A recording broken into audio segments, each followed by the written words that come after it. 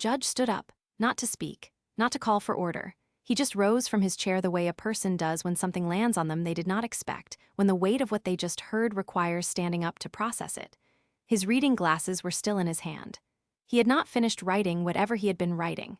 He stood, and the entire courtroom went quiet in a different way than it had been quiet before. My uncle, Randolph Vega, had been representing me for 7 months. He was my mother's brother. He was the man who had sat at every Thanksgiving table I ever ate at, who had signed my graduation card with a hand-drawn gavel because he thought that was charming, who had told me when my marriage started dissolving that I should not worry, that family takes care of family, that he would make sure my daughter never spent a single night under her father's roof without my permission. He had just told the judge in open court, with his hands folded and his voice completely level, that my daughter would be better off without me. I did not cry. I want you to sit with that for a moment, because I know what it sounds like. People think that when something breaks inside you in public, you cry. That is not always how it works. Sometimes the thing that happens is the opposite of crying. Sometimes you go so still and so clear that the person sitting 2 feet away from you can feel it. Some people in my life still say I went too far in what happened next. I need you to tell me whether they are right. The courtroom was on the 4th floor of the Denton County Family Court building. It was early November, the kind of morning where the light through the windows is flat and gray and makes everyone look older than they are. My attorney, Gloria Osai, was seated to my left. She had a yellow legal pad covered in notes she had stopped adding to about 15 minutes earlier, when it became clear that the man at the other table was not opposing counsel. He was mine. Or he had been. Gloria had her hand resting near my forearm, not quite touching it, the way you position yourself next to someone you are ready to catch. My ex-husband, Daniel Ferreira, sat at the table across the aisle with his attorney, a woman named Cassandra Lim who kept her face deliberately blank in the way attorneys are trained to do. Daniel was not blank.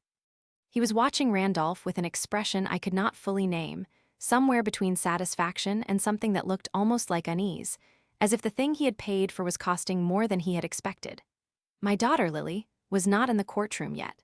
She was in a room down the hall with a family court advocate named Mrs. Treadwell, who had been keeping her company since 8 that morning with a box of colored pencils and a stack of paper. Lily was 12. She had her father's dark eyes and my stubbornness, which is probably why we were both still standing. Let me tell you how we got here. My name is Nora Scott, and I spent the first 36 years of my life being described by my family as the one who needed to be looked after. I do not say that with bitterness. I say it because it is the architecture of everything that follows, and if you do not understand the architecture, the ending will not make sense. My mother, Diane Vega Scott, was the kind of woman who led every sentence about her children with a qualifier. My sister Renata had the head for business. My brother Paul had the discipline for medicine. And Nora, well, Nora has always had a good heart. A good heart is what you say when you cannot think of a credential. I heard it at every family dinner from the time I was 14 years old. I had a good heart, and I needed looking after, and those two things went together in my family like salt and pepper, like you could not mention one without the other following automatically. Randolph Vega was my mother's younger brother, and in our family, he was the ceiling. He had built a family law practice in Fort Worth over the course of 22 years that had made him genuinely respected in the county, the kind of attorney whose name other attorneys referenced when they were explaining to clients what difficult looked like. He drove a dark green Range Rover, wore suits that were not flashy but were expensive in a way you could feel, and had a handshake that communicated he had spent decades deciding things for other people and considered that a fair arrangement. He was also the person who had, for as long as I could remember, treated me with a specific brand of warmth that required me to remain a little lost. Not cruelly. That is the part that takes time to see. He was never mean to me. He was generous, in the way that people are generous when generosity confirms what they already believe about the balance of power. He paid for my first apartment deposit when I was 22 and newly graduated and had not yet sorted out my employment. He connected me with the legal aid clinic where I spent 3 years doing intake work. He called me on my birthday every year without fail. He came to my wedding. He held my daughter when she was 11 days old and said, with complete sincerity, that she was the most beautiful thing he had ever seen. He also spent 12 years making sure I never forgot that he had paid that deposit in the small ways people do, references so light you could almost convince yourself they were not references at all. He had opinions about my job choices, my apartment choices, my relationship choices, and he shared them in the register of helpful concern, which is the register that is hardest to push back against because pushing back against it makes you seem ungrateful. I had a good heart and I needed looking after, and Randolph was the one looking after me, and that was the story we all lived inside without questioning it. I married Daniel Ferreira in the spring of the year Lily turned 2. Daniel was a project manager at a commercial construction firm, good-looking in the careful way of someone who had always known it, and charming in the way of someone who had learned that charm was more efficient than effort. We had been together for 4 years before the wedding.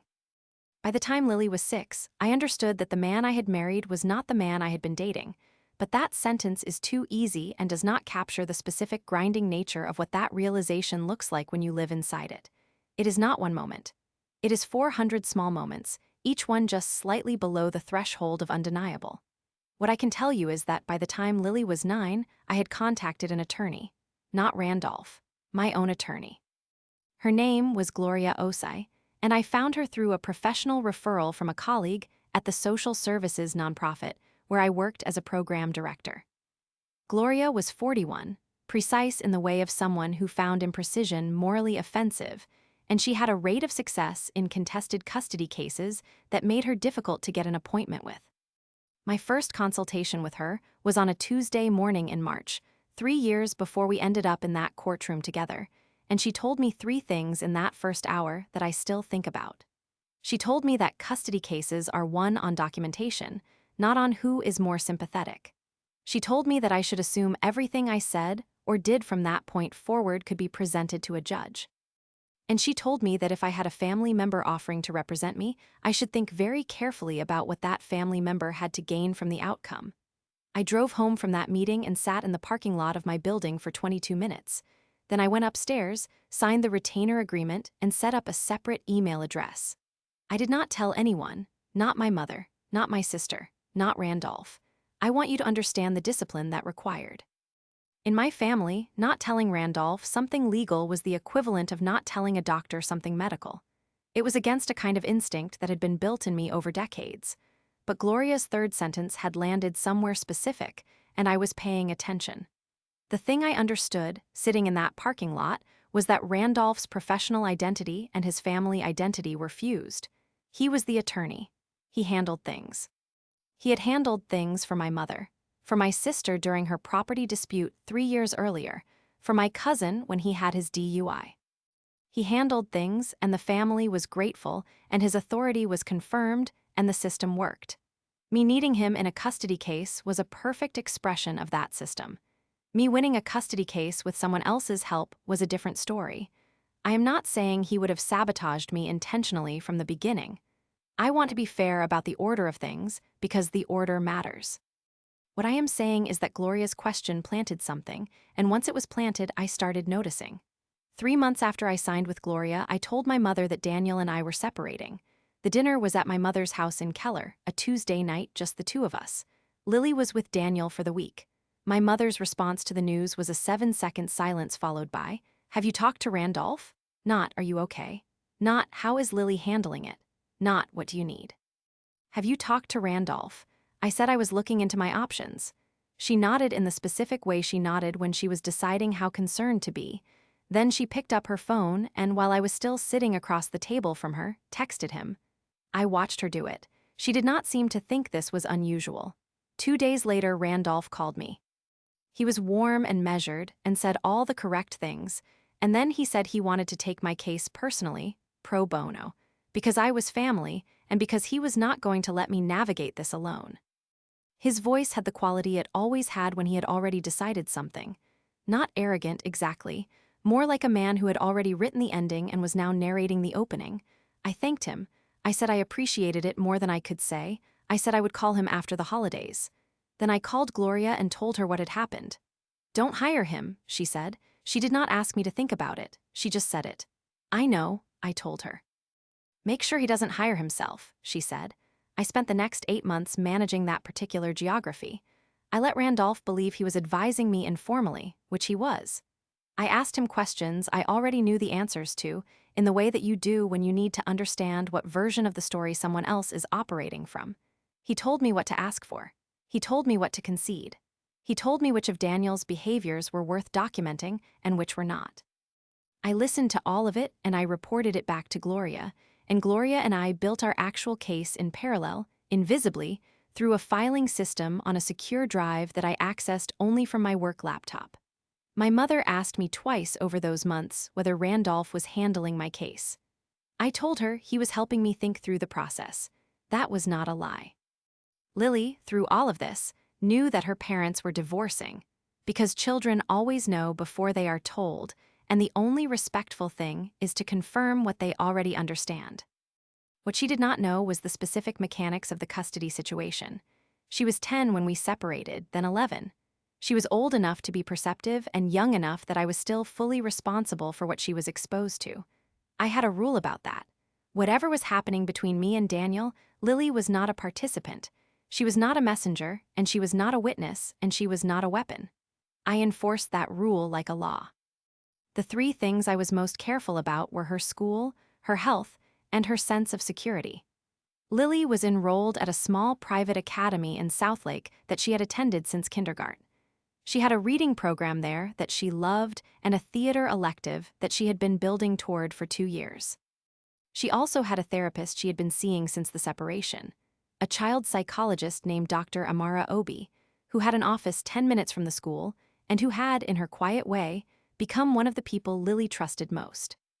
I had funded Lily's therapy out of my own account, and I had also, 3 years earlier, established a college savings plan for her through a financial advisor named Kevin Tran at a firm in downtown Fort Worth.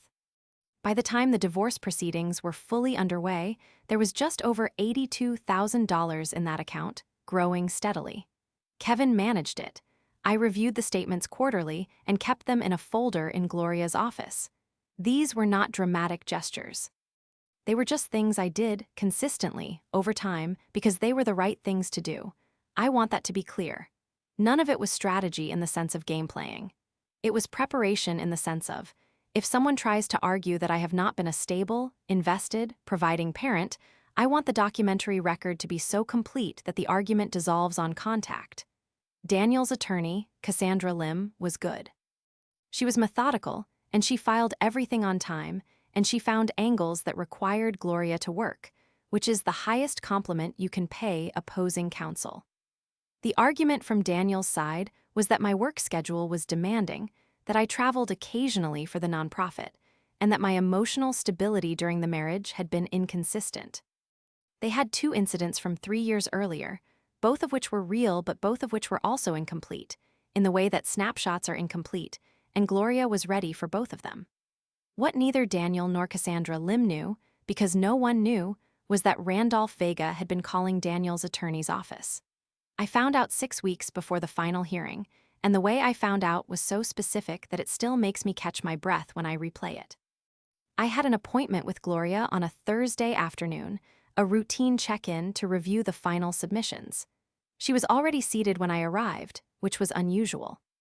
She had a folder open on the desk in front of her, and she had her hands flat on the table on either side of it, which was her posture when she was about to say something she had already decided how to say. She turned the folder toward me. Inside were 3 pages of printed emails. I scanned them. I looked up at her. "Where did these come from?" I asked. "A source," she said. "Someone inside Daniel's attorney's office who had a professional concern about what they were seeing." The emails were between Randolph and Cassandra Lim. They went back 4 months. In them, Randolph offered specific details about my financial situation, about my therapy with Dr. Obi that he had heard about from my mother, about a conversation I had with him at Christmas in which I had said, exhausted and candid in the way you are at family gatherings, that I was not sure I had the energy to fight all the way to a full hearing. He had told her that. He had given her that sentence. I sat in Gloria's office and I looked at those emails for a long time. Then I asked her what we were going to do. She uncapped her pen. "We are going to let him think he's still your attorney," she said. "And then we are going to walk into that courtroom and let him destroy himself." Everything I had built quietly, over 3 years in parallel, was about to be tested in front of a judge who had absolutely no idea it existed. Gloria gave me one instruction for the 6 weeks between that Thursday and the final hearing. Be exactly who he thinks you are. That was it. No additional strategy, no elaborate choreography. She meant, do not change anything. Do not become quieter or more careful or more distant in ways that Randolph might register. Call him at the frequency you have been calling him. Ask the questions you have been asking. Give him nothing that tells him the floor has shifted. It was the hardest thing she had ever asked me to do. I had been managing the appearance of dependency for 3 years by that point, and I had gotten competent at it in the way you get competent at anything you do consistently. But there is a difference between managing an appearance when the stakes are low and managing it when you are sitting across a Thanksgiving table from a man who has been selling your vulnerabilities to the person trying to take your daughter, and you have to pass the potatoes without letting your hands betray you. We had Thanksgiving 4 days after I sat in Gloria's office and looked at those emails. My mother hosted. My sister Renata came with her husband, a quiet man named Fletcher Ackafer who worked in commercial insurance and had the useful quality of not requiring much conversational energy. My brother Paul drove down from Dallas with his wife. Randolph was there with his wife, Miriam, who was pleasant and observant in a way that had always made me slightly careful. Lily was with Daniel for Thanksgiving this year, per the temporary custody schedule, and her absence sat in the room with me the whole evening like a specific kind of grief that I had learned to carry upright. Randolph was at the head of the table in the chair my father used to sit in. He carved the turkey with the same unhurried confidence he brought to everything.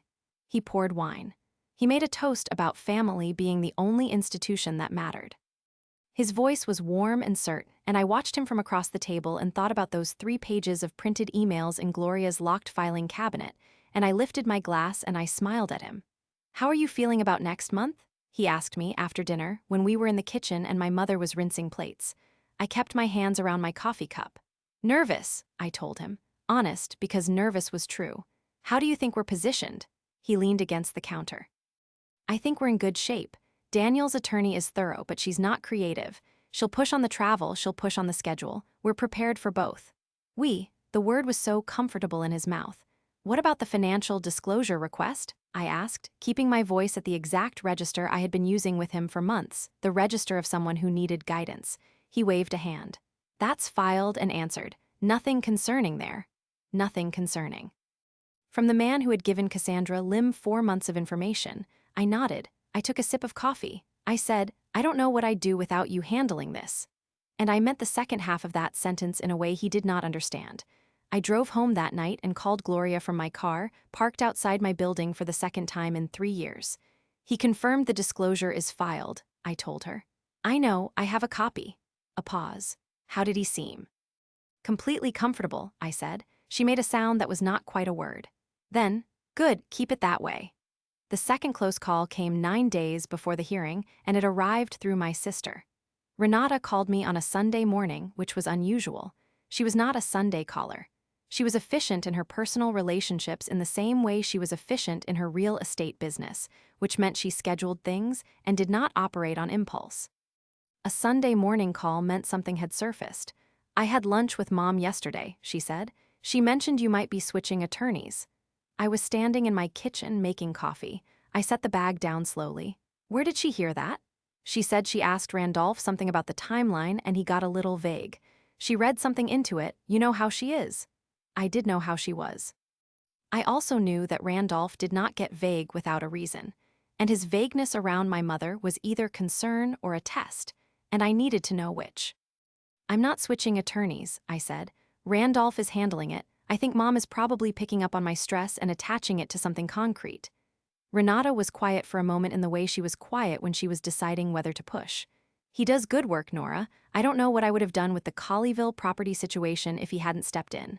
"I know," I paused. "Has he said anything to you about the case?" "Just that he's confident." She said it with the easy certainty of someone who had never had a reason to examine what Randolph's confidence was built on. I thanked her. I hung up. I sent Gloria a message through our secure channel that said, "Randolph may be sensing something. Can we meet Tuesday?" We met Tuesday. Gloria had already adjusted 2 elements of our filing, quietly, in ways that would matter and that Randolph would not be able to anticipate because he did not know they existed.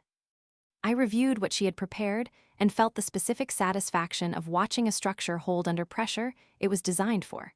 Kevin Tran had also sent me the quarterly statement for Lily's college account that week. $91,000 now, compounding steadily. I forwarded it to Gloria's office per our documentation protocol. It was one of 14 financial records she was holding. None of them were dramatic individually. Together, they built a portrait of a parent who had been planning forward, consistently, for years, without assistance from anyone who currently wanted to look like they were assisting me. The third close call happened in the parking lot of Lily's school, and it was the one that cost me the most composure to survive. It was a Wednesday afternoon, 12 days before the hearing. I had come to pick Lily up from theater rehearsal, which ran late on Wednesdays. I was sitting in my car when Randolph pulled into the lot. He was not there for any reason connected to the school. He told me later that he had been driving by and seen my car. I do not know if that was true. He tapped on my window. I rolled it down. "Didn't know you were picking up today," he said, conversational. Normal, his reading glasses were pushed up on his forehead. "Every Wednesday," I told him. He leaned on the car door in the way of someone who was about to say something they had decided to frame as casual. "I got a call from Cassandra Lim this morning. She wants to request the therapy records from Lily's psychologist." I felt the shift inside me, the specific tightening that happens when a threat presents itself in friendly clothing. Dr. Obi's records. Lily's therapy records. 12 months of sessions that were private and protected, and that Randolph had known about because I had told him, back when I still believed I was telling him things in confidence. "Can they do that?" I kept my voice level. "In contested custody, it's sometimes allowed. It would require a motion." He paused. "I want to make sure there's nothing in those records that would complicate our position." Our position? I looked at him. I thought about the emails. I thought about the sentence he had given to Cassandra Lim about my Christmas exhaustion.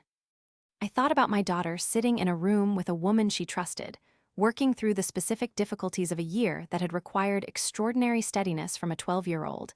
And I thought about what it would mean for those conversations to be handed to Daniel's legal team and filtered through whatever story they had decided to tell about me. "The records are protected," I said. "Dr. Obi practices under standard confidentiality. A motion like that would require cause." He nodded slowly. "You've been doing your research." "I've had to," I said, and I let him hear the thing I wanted him to hear, which was not defiance but exhaustion, the kind that made you sound like someone who was barely keeping up rather than someone who had been 3 moves ahead for 36 months. Lily came out of the building then, backpack over one shoulder, script pages in her hand from whatever production they were working toward. She saw Randolph and her face did the thing children's faces do when they encounter an adult they know in an unexpected context, a brief recalibration. "Hey, Uncle Randy," she said. Polite, not warm, I noticed that. I had noticed it for about 8 months. Randolph smiled. "Hey, kid, how's the show?" "Good," she said and climbed into the car. He said goodbye. He walked to his Range Rover. I waited until he had pulled out of the lot before I started the engine. I called Gloria from the school parking lot before I had driven 2 blocks. "He just told me they're going to motion for Dr. Obi's records," I said. "They already filed it this morning." Her voice was even. "I have a response prepared." "Be denied, but I need you to know he told you about it before we were notified formally, which means he has access to their filing timeline." I sat at a red light. Lily was looking at her script pages in the passenger seat, mouthing something quietly. "Gloria," I said, "I know. I want to make sure when this is over that what he did is on record." A pause. "It will be," she said. "In detail." I hung up. The light changed. Lily looked over at me. "You okay, Mom?" "Yes," I told her. And that was true, in the way that things can be true even when the specific shape of your okay looks nothing like anyone else's. In the 2 weeks before the hearing, Gloria filed a motion I had authorized in October and held in reserve since then, one that addressed the conflict of interest embedded in Randolph's informal involvement with my case. It was a procedural document, dry and specific, and it named dates and described communications in the precise language of people who have been documenting carefully for a long time. She did not file it to get a ruling before the hearing. She filed it to create a record, and to give the judge, before we ever walked into that courtroom, a reason to look at Randolph Vega differently than he expected to be looked at. I also, in those 2 weeks, did something I had been sitting on for 4 months. I called Dr. Obi. not to discuss Lily's sessions, which were private and would remain private. I called to ask her a specific question, which was whether, in her professional assessment, Lily was old enough and grounded enough to speak for herself if she were asked to. Dr. Obi was quiet for a moment. Then, I think that depends entirely on what she's being asked, and whether the person asking her has made sure she understands she is not responsible for the outcome either way. I have made sure of that, I said. Then yes, she said. I think she is. I asked Lily 2 days later, at the kitchen table, after dinner, with her colored pencils spread out in front of her, and the evening light coming through the window at the angle that made the kitchen feel like a different room than it did at noon. I told her that there was a possibility she might be asked to speak to the judge. I told her that nothing she said would be wrong and nothing she said would hurt me, and the only thing I needed from her was the truth, whatever truth she had. She looked at her colored pencils for a moment, then she looked at me. I know some things, Mom, she said, about Uncle Randy. I kept my face still. I know you do, baby. He asked me not to tell you. She paused. I don't think that was okay. It wasn't, I told her. She picked up a green pencil and turned it in her fingers. Okay, she said. I'll go. I held that conversation inside me for 2 weeks, carried it into the courtroom on a gray November morning, and did not let anyone see it until the moment it mattered. The hearing had been running for 4 hours when Randolph stood up and told the judge that my daughter would be better off without me. And the only thing standing between him and the ending he had spent months engineering was a 12-year-old with her father's eyes and my stubbornness, waiting down the hall with a box of colored pencils, ready to tell a judge exactly what her uncle had asked her to keep secret. I want to know if you would have said what I said next. Because I still think about it, and I am still not sure the word for what I did is wrong. The hearing started at 9 in the morning on a Tuesday in the second week of November. I had been awake since 4:15, not from anxiety exactly, though there was anxiety in it. More from the particular alertness that sets in when something you have been building for 3 years is about to either stand or collapse, and your body decides that sleep is not an appropriate response to that. I dressed carefully, not elaborately. I wore the charcoal blazer I had bought in September for this specific purpose, dark trousers, low heels. Nothing that performed success, and nothing that apologized for competence. Gloria had said once, early in our working relationship, that in family court, what you wear is the first argument you make before you open your mouth. I had taken that seriously. Lily was with Mrs. Treadwell. I had dropped her at the family court advocate's office at 8:15, before the building's public corridors got crowded. She had her backpack with her, the colored pencils, a book she had been working through about a girl who discovers she can communicate with migratory birds. She had hugged me in the hallway outside Mrs. Treadwell's office and held on for an extra second. "You're going to be okay, Mom," she said, 12 years old in her green jacket, her hair still slightly damp from the shower. I held her face in my hands for a moment. "I know," I told her. "So are you," she nodded. She went in. I straightened my blazer and walked toward the elevator. The courtroom filled in the way courtrooms do, gradually and without announcement. Gloria was already at our table when I arrived, her yellow legal pad open, a cup of coffee she had not touched in front of her. She looked up when I came in. "He's here," she said quietly. I did not ask who she meant. Randolph was at the back of the room, in civilian clothes, not robed in any professional capacity because he was not appearing as counsel of record. He was there as a family member, which was the position he had cultivated carefully, the position that let him remain present while appearing uninterested in the proceedings in any conflicted way. He had a sport coat on, the kind of deep navy that reads as trustworthy without effort. He was speaking to my mother, who was seated beside him, her handbag on her lap. My mother had come to support me. I want to be precise about that. She believed, genuinely, that Randolph was helping me, that his presence there was an expression of family solidarity, and that today was going to be difficult but manageable because her brother had handled it. She had worn a blouse I had seen her wear to church. She gave me a small wave when I caught her eye, and the expression on her face was the expression of a woman who had been reassured and believed the reassurance. I waved back. I sat down. Cassandra Lim came in 3 minutes later with 2 associates and a banker's box of documents. Daniel came in behind her, in a suit I had not seen before, and took his seat without looking at me. He had the slightly elevated energy of a man who had been told something encouraging that morning. His posture communicated confidence in the way that people project confidence when it is slightly too early to justify it. I had seen the email in which Randolph told Cassandra Lim that I was exhausted and uncertain. I thought about what Daniel must have believed going into this room. I thought about the gap between what he believed and what was in Gloria's files.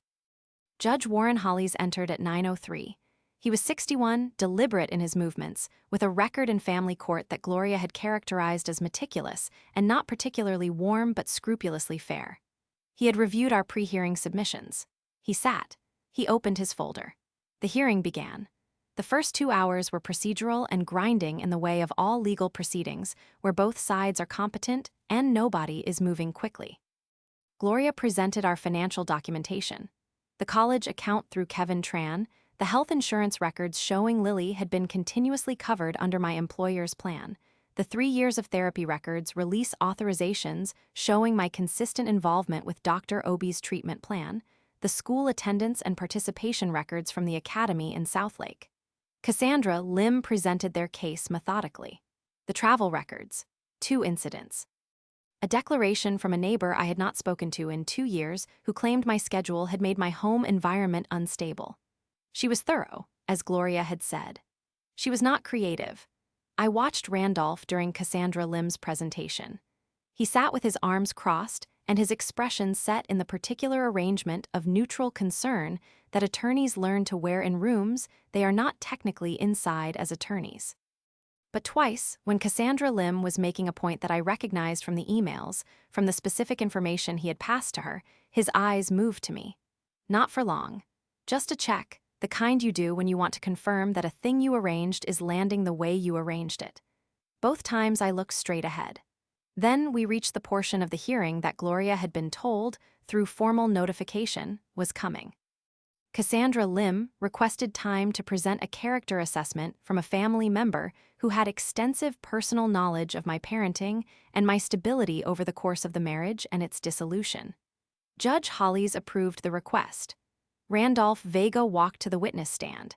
He had not told me he was doing this.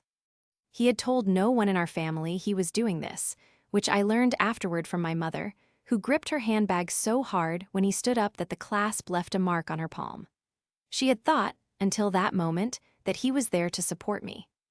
She told me later that when she understood what was happening, the room seemed to tilt sideways. I believe her. She was not a participant in what he had done.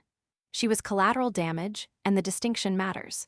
Randolph settled into the witness stand with the ease of a man in his native environment. He had testified before. He knew how the room worked from that angle. He folded his hands, and he answered Cassandra Lim's questions in the measured, credentialed voice of someone whose profession gives their words specific weight.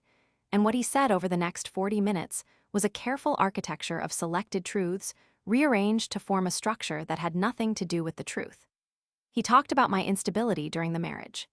He characterized 3 incidents I had confided to him, in family conversations, as evidence of emotional dysregulation.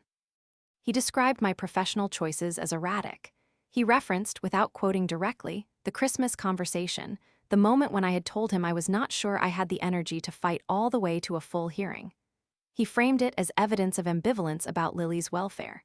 He sat in that witness stand, and he used the information I had given him in trust, and he used it against me, in front of a judge, in a custody hearing for my daughter. And then he said it. His voice was level. His hands did not move. He said that in his professional and personal assessment, based on extended direct knowledge of my behavior and mental state, my daughter would be better off without me as her primary custodial parent. Gloria's hand moved near my forearm. I did not cry. I looked at Randolph Vega for 3 full seconds. I looked at the judge. I looked at Gloria. "Request permission to call a witness," I said. My voice was the clearest it had been all day. Gloria stood. She had the motion in her hand before I had finished the sentence. She had prepared it in October and refined it twice since then. A formal request to introduce a witness whose name had not appeared on the original witness list, accompanied by a supporting declaration from Dr. Amara Obi regarding the witness's capacity and readiness, and a secondary document that Judge Hollies would not yet know to look for, but that was about to become the most important piece of paper in the room. Cassandra Lim was on her feet immediately. Objection, prejudice, Untimely disclosure. Gloria placed the packet on the judge's bench without being asked. Judge Hollies looked at it. He looked at Gloria. He looked at Cassandra Lim. He said he would take a 15-minute recess to review the materials. I used those 15 minutes to walk down the hall to where Mrs. Treadwell was sitting with my daughter. Lily had her colored pencils out. She had drawn something on the back of a piece of paper, a bird of some kind, wings spread. She looked up when I came in. "Is it time?" she asked. "It might be," I told her. "The judge is deciding." She put the cap back on the pencil she was holding. Her expression was the expression of a child who has made a decision and settled into it. "I'm not scared," she said. "I know you're not." I crouched down in front of her chair. "Whatever happens in there, Lily, I need you to know that the only thing you owe that room is the truth, not a version of it, not the nice version." "Just exactly what happened." She looked at me very directly. "He told me you were going to lose," she said. "Like he wanted me to know, like he thought that would make me feel better about it or something." Something moved through me that I did not name in front of her. "When did he tell you that?" I asked. 3 weeks ago. He came to pick up Grandma from something and I was there," he said. She paused, choosing words carefully the way 12-year-olds do when they know the weight of what they are carrying. "Said sometimes it's better for kids to be with their dads, and then he said you were going to see that soon." I held very still. "Did he say anything else?" "He said I shouldn't tell you he said that." She picked up her bird drawing and looked at it. I didn't like that part. I stood up. I put my hand on her shoulder for one moment, then I walked back to the courtroom. Judge Hollies returned at the end of the 15 minutes. He had reviewed the materials. He cited the declaration from Dr. Obi. He cited the supporting document, which was Gloria's conflict of interest motion filed 2 weeks earlier, the one that outlined Randolph's unauthorized communication with opposing counsel, with dates and documentation. He cited the age and established capacity of the proposed witness. He overruled Cassandra Lim's objection. He allowed the witness. I stood up and asked the judge if I could call her now. He said yes. And my daughter walked through the door at the back of the courtroom with Mrs. Treadwell at her side, in her green jacket, her hair dried now, and she walked down the center aisle without looking at anyone except the judge, and she sat down in the witness stand, and the room changed. I want you to understand what it looked like from where I was standing when Lily sat down. Randolph was still in the gallery, having returned to his seat after testifying, and when my daughter walked through that door, his face did the thing that the faces of people who believed they had control do when they realized the control was always conditional. He did not perform a reaction. The reaction happened to him.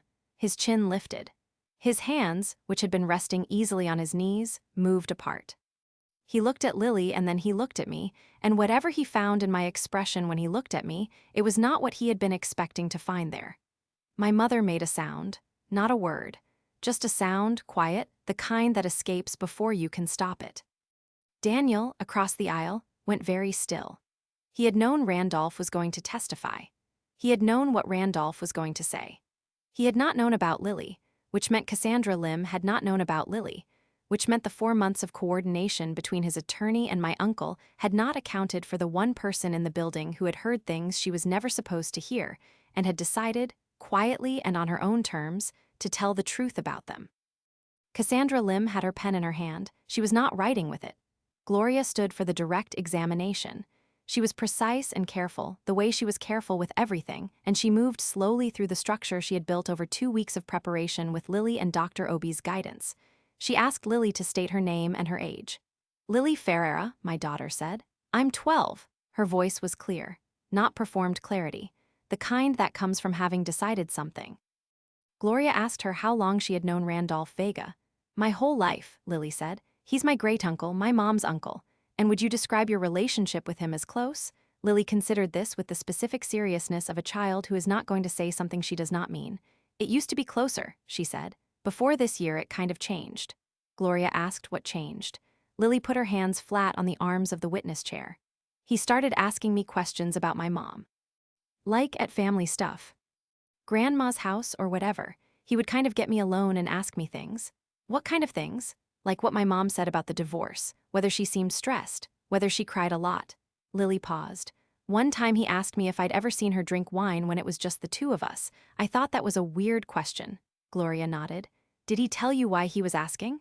"He said he was trying to help her, that he needed to know what was really going on so he could take care of things." Lily's voice held a note I recognized, the note of a child who has thought carefully about the gap between what an adult said and what the adult meant. But it felt more like he was collecting stuff. If you have ever watched a room of people realize simultaneously that what they understood to be true has been wrong, you know the texture of what happened in that courtroom in the following 3 seconds. It is not dramatic. It is the opposite of dramatic. It is the specific hush of comprehension landing. Cassandra Lim's posture changed. She placed her pen on the table. My mother sat very still with her handbag on her lap and did not look at her brother. Daniel looked at Randolph, not with anger, with the expression of a man recalculating something rapidly, adding numbers that were not coming out the way he expected. Randolph sat with his arms crossed and his face arranged in the expression of a man who was still working out whether this was recoverable. Gloria asked Lily about the conversation 3 weeks earlier, the one at my mother's house. The one where Randolph had told my daughter that sometimes it is better for children to be with their fathers and that I was going to see that soon. Lily repeated it almost word for word. She had a good memory. She had her mother's memory. Gloria asked if Randolph had said anything else. Lily's hands stayed flat on the chair arms. He said I shouldn't tell my mom he said that. The silence that followed that sentence was not the silence of people being politely quiet. It was the silence of a specific weight dropping through the floor of the room. Judge Hollies had his pen in his hand. He was not writing. Level 1 was in the room now, the basic fact. A family member who had presented himself as my advocate had been coaching my daughter in private and instructing her to keep secrets from me. It was in the record. Lily had said it under oath in clear, 12-year-old sentences with no equivocation. Cassandra Lim rose for cross-examination. She was a good attorney. She did what good attorneys do in impossible situations. She tried to build a smaller perimeter and defend it. She asked Lily whether she might have misunderstood what Randolph meant, whether the conversation had been casual, maybe joking, whether Randolph had been trying to prepare her emotionally rather than influence her. Lily listened to each question with the same expression, the expression of a child who has been told exactly one thing, tell the truth. He wasn't joking, she said. He was very serious. He used his serious voice.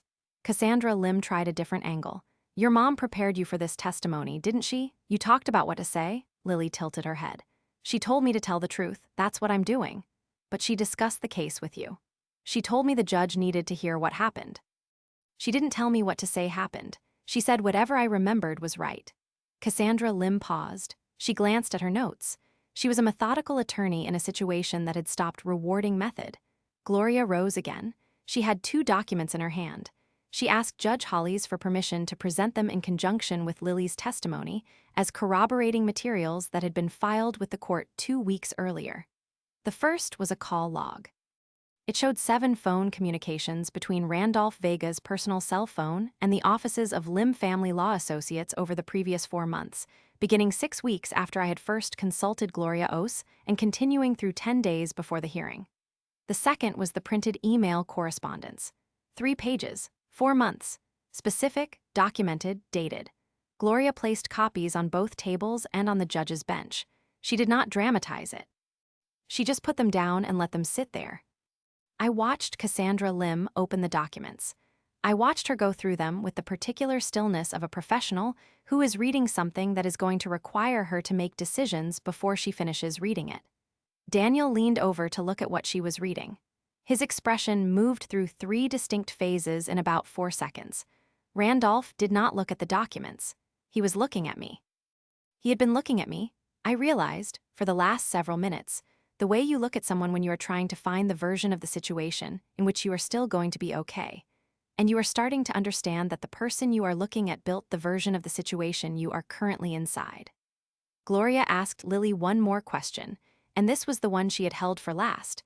The one Dr. Obi had told her was the most important one to ask calmly and let stand on its own. Lily, did your Uncle Randy ever tell you what he hoped would happen in your parents' custody case? Lily did not hesitate. She had not hesitated once in this room. He told me my dad was better for me, she said. He said it more than once.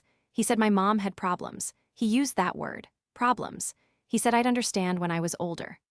A pause, the weight of which belonged entirely to a 12-year-old who had clearly thought about this more than anyone had given her credit for. But I'm old enough now. If you are still here, you already know what that sentence cost her to say and what it cost me to hear her say it in that room. Hit like, I need to know you saw that. The judge set his pen down.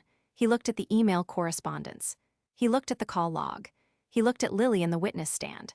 He looked at Randolph Vega in the gallery with an expression that had very little in common with the neutral judicial demeanor he had maintained for the previous 4 hours. Then he looked at Cassandra Lim. "Counsel," he said, "I'd like to understand your client's relationship to the materials on page 2 of Exhibit 7. Cassandra Lim straightened her papers. "Your Honor, my client was in contact with Mr. Vega in his capacity as a family member with relevant background knowledge. It was not a formalized advisory relationship and does not constitute." "Ms. Lim." The judge's voice had not changed in volume. It had changed in quality. "Your client's counsel contacted an attorney who was simultaneously acting as informal counsel to the opposing party, communicated privileged strategic information across that relationship, and the same attorney then testified against the party he was advising." Page 2, the November 4th communication, describes the opposing party's stated level of resolve in this proceeding. Information that originated in a private family conversation. The room had the quality of a room where everyone has stopped pretending to do anything other than listen. Cassandra Lim's jaw was set. She was doing the professional thing, which was maintaining composure, but her 2 associates at the table had exchanged a look that communicated something that composure could not fully contain. "We were not aware of the full nature of Mr. Vega's dual position," she said. The judge looked at her for a long moment. "That is something we are going to discuss at length." He turned to Randolph. "Mr. Vega, you testified under oath this morning in your capacity as a family member and character witness. You were simultaneously, by the documentation before me, acting as an informal legal advisor to the opposing party in this proceeding and providing that party's counsel with information obtained in confidence from Ms. Scott." He paused. "I want you to understand the gravity of what I am describing. Randolph Vega, who had been giving other people legal advice for 22 years, who had carved the Thanksgiving turkey 3 weeks ago with the ease of a man who controlled every room he entered, who had told my daughter that her mother had problems and she would understand when she was older, looked at the judge and said nothing. He had no register for this. His professional competence was the instrument he used for everything, and the professional instrument was the thing being dismantled. My mother turned her head and looked at her brother. She did not speak. She had not spoken in quite some time. But the specific quality of the look she gave him in that moment, the look of a woman understanding the distance between the story she had been told and the one she was inside, was something I will carry for the rest of my life. Daniel pressed his fingertips flat on the table in front of him.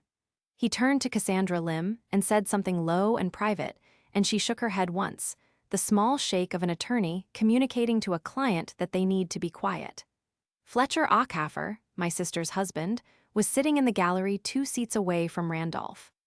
He had come with Renata because Renata had come because my mother had asked her to, and he had been sitting for the last 40 minutes with his arms resting on his knees and his expression carefully neutral in the way of someone who works in insurance and has a professional relationship with things going badly that other people did not anticipate. He was not pretending to look at anything other than what was happening. Renata, beside him, had her hand over her mouth. Not dramatically. The way you hold your hand over your mouth when you are making sure you do not say the thing you are thinking. Gloria remained standing. She had the second like-trigger moment in her posture, the moment where she let the room settle into what it now knew before she moved to the next piece of it. She turned to the judge. "Your Honor, we have one additional evidentiary matter." The judge indicated she should proceed. She placed a 3rd document on the bench. This one was from Kevin Tran's firm. It was a statement of account for Lily's college fund, covering the full 37 months of its existence, showing the original deposit, the regular contributions, the current balance of $91,000, and the named trustee. The trustee was not Daniel Ferreira. The trustee was not Randolph Vega. The trustee was Gloria Osai, appointed in the account's founding documentation at my specific request, for the specific reason that I had understood 3 years ago, that if anything in this proceeding went wrong, I needed Lily's financial future held by someone who had no competing interest in the outcome. Gloria said, without inflection, "Ms. Scott established this account 37 months ago, before divorce proceedings were formally initiated, using her own earned income through a registered financial advisor with legally designated trusteeship. The existence of this account was not disclosed to the opposing party's informal advisor. It was disclosed to this court 2 weeks ago in our financial documentation submission. She stepped back. The judge looked at the account statement. He looked at Randolph. He looked at Daniel. He looked at me. I had one more thing to say. I addressed the judge directly. Your Honor, I would like to formally request that the court take judicial notice of the conflict of interest motion filed on October 28th, and that the testimony delivered this morning by Randolph Vega be stricken from the record in its entirety, on the grounds that it was provided by an individual who was simultaneously acting as informal legal counsel to this party while covertly supplying material case information to opposing counsel. Gloria was already on her feet with the supporting documentation. She did not need to be asked. Judge Hollies held up one hand, not to stop her, but in the way of someone who has already arrived at a destination and does not need directions. He looked at the motion, which he had reviewed 2 weeks earlier and which was now occupying a different position in the proceeding than it had occupied then. He looked at the email correspondence. He looked at the call log. Then he looked at Randolph Vega with the expression of a man who has spent 23 years on the family court bench and has developed a precise internal taxonomy for the things people do to each other in custody disputes, and who has just encountered a category he finds particularly inexcusable. Mr. Vega, the judge said, I want to be very clear about what this court has before it. You provided informal legal counsel to a party in a custody proceeding. Simultaneously, over a period of 4 months, you communicated confidential information obtained through that advisory relationship to opposing counsel. You then appeared in this courtroom as a sworn character witness and delivered testimony designed to damage the party you were advising. He paused. In my 23 years on this bench, I have seen a great many things. What you have described here touches on witness tampering, breach of fiduciary duty, and conduct that this court will be referring to the State Bar of Texas for formal disciplinary review. Today. The word today landed in the room the way specific words do when they carry the full weight of an institution behind them. Randolph's hands, which had been resting on his knees in the gallery, moved to the seat in front of him. Not dramatically.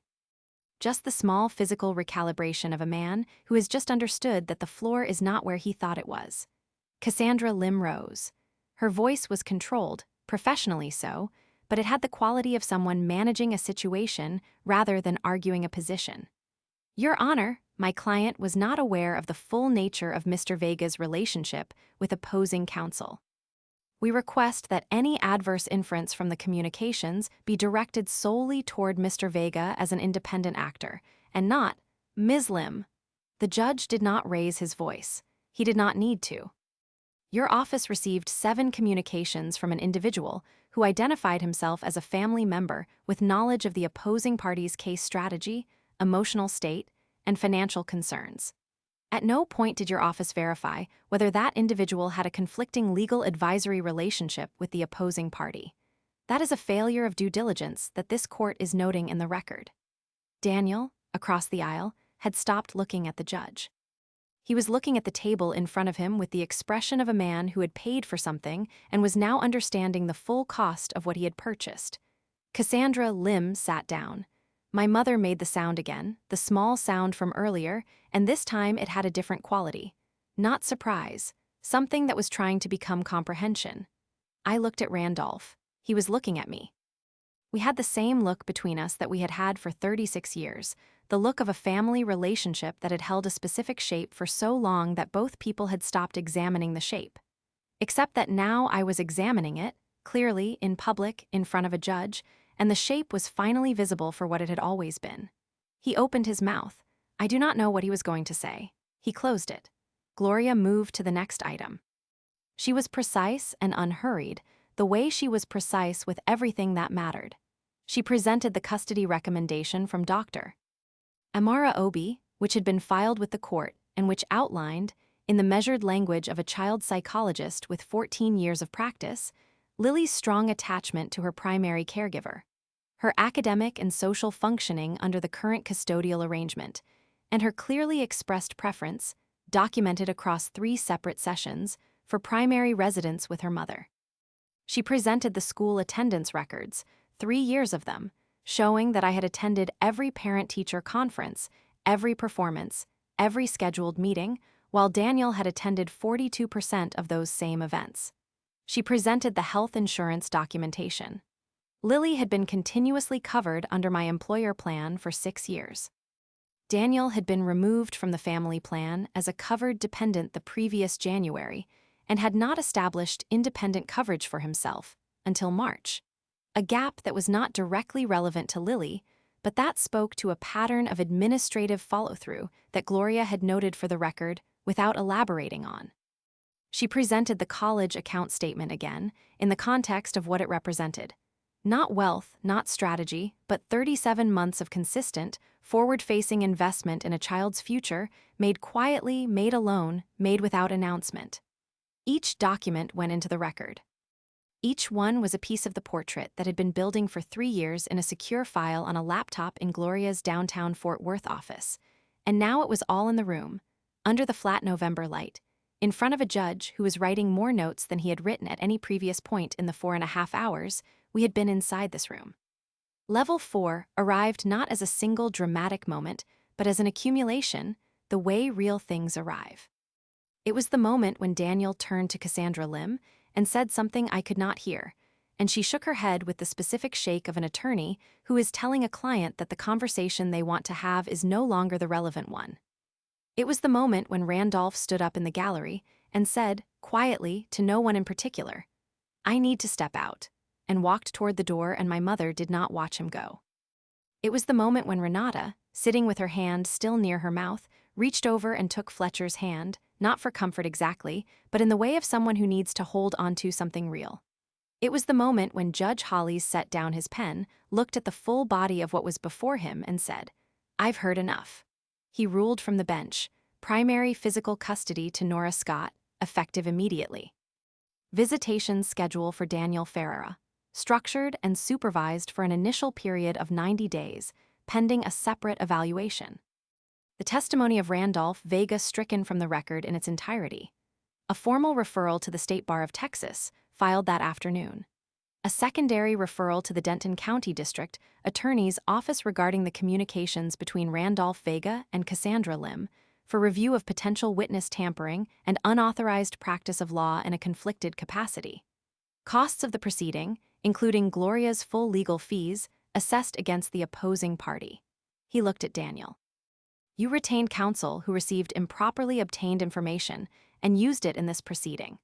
Whether you knew the source of that information is a question for a different proceeding. What I can tell you is that this court's custody determination will reflect the full record before me, and what that record shows is a mother who has been planning, providing, and protecting her daughter consistently for 3 years, and a family infrastructure around her that failed her in a way this court takes very seriously." He closed his folder.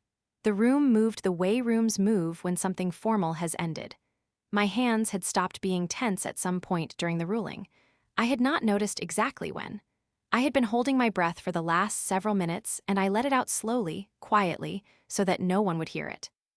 Gloria's hand finally made contact with my forearm, a brief, deliberate press, and then she was gathering documents with the efficiency of someone who had prepared for this outcome and intended to process it completely before allowing herself to have a feeling about it.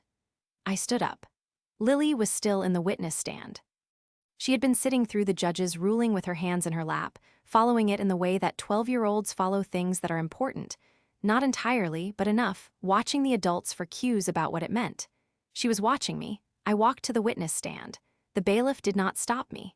The judge, who was reviewing something with his clerk, glanced up and then looked back down, which I understood as permission. I stood in front of my daughter. "It's done," I told her. She looked at me for a moment. Then she said, "Did we win?" "Yes," she nodded, the nod of a 12-year-old who had said true things under oath in a room full of adults and had understood on some level that the true things mattered. Then she climbed down from the witness stand and stood next to me, and I put my arm around her shoulders, and we walked out of that courtroom together. The settlement paperwork was completed and signed within 48 hours, in Gloria's conference room, with Cassandra Lim present and speaking only when necessary. Daniel signed everything on the table without attempting negotiation. He was not a man who had run out of fight so much as a man who had looked at the arithmetic and understood it. I did not look at him with satisfaction when he signed. I looked out the window at the parking lot. We were done. The State Bar of Texas opened a formal disciplinary investigation into Randolph Vega 11 days after the hearing. Gloria received the confirmation letter on a Friday afternoon and forwarded it to me with no message attached, which was her way of saying everything that needed to be said. By February, Randolph had voluntarily surrendered his license pending the investigation's conclusion, which his own attorney had apparently advised as preferable to a contested proceeding given the documentary record. His Fort Worth practice, which he had built over 22 years, closed its doors in March. Miriam, his wife, moved into a separate residence in the spring. I heard this from Renata, not from my mother, which told me something about the new geography of the family. Cassandra Lim's firm received a formal censure from the state bar for failure to conduct due diligence regarding a conflicted source. She did not lose her license. She lost 3 major referral relationships and spent the better part of a year in a professional rebuilding process that I know about only because Gloria mentioned it once in passing. I did not follow it closely. It was not mine to follow. It is now 14 months since that morning. Lily is 13 and in the middle of her second theater production at the Academy in Southlake, a spring show she has been rehearsing since January. She is still seeing Dr. Obi every 2 weeks, by her own preference, which is a preference I support completely. The college account, now managed jointly by Kevin Tran and Gloria as co-trustees, crossed $104,000 in January. I did not tell Lily the number. I will tell her when she is ready to use it. I still work at the nonprofit, which promoted me to executive director 8 months ago, a promotion I had been working toward for 2 years and which was processed and finalized with complete indifference to anything that had happened in a Denton County courtroom, which is exactly how I wanted it. I live in the same apartment I moved into after the separation, and I am looking at a house in the spring, in a neighborhood that is 20 minutes from Lily's school, with a backyard that gets afternoon light and a kitchen that faces east. My mother called me 6 weeks after the hearing. It was a Sunday, which was unusual, and she was quiet for a long time before she said anything. What she said eventually was, "I didn't know." And then, I should have asked different questions. I told her I believed her about the first part. We are still working on the second part, together, in the slow and imperfect way that families work on things that cost them something. She has not spoken to Randolph since November. That is her decision, and I have not weighed in on it. Renata brought dinner to my apartment 2 weeks after the hearing, unannounced, with Fletcher and a bag from the Thai place near her office. She did not say much.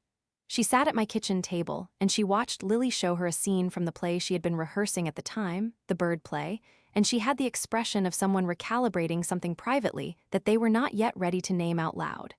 That was enough for now. It is enough. I do not think about Randolph Vega every day. Some weeks I do not think about him at all. When I do think about him, it is not with the heat I expected to feel. It is with something quieter and more honest, the specific clarity of a person who finally sees the shape of a room they lived in for 36 years and understands, without drama, that the room was never built for them. Lily asked me last month whether Uncle Randy would be at her grandmother's birthday gathering in April. I told her no. She said okay and went back to her script pages. That was enough. My mother still says I should have handled it privately, that I humiliated her brother in a courtroom when I could have confronted him before it got that far. She is not entirely wrong that I had opportunities to do it differently. So I want to know, did I go too far, or did I not go far enough? Tell me in the comments.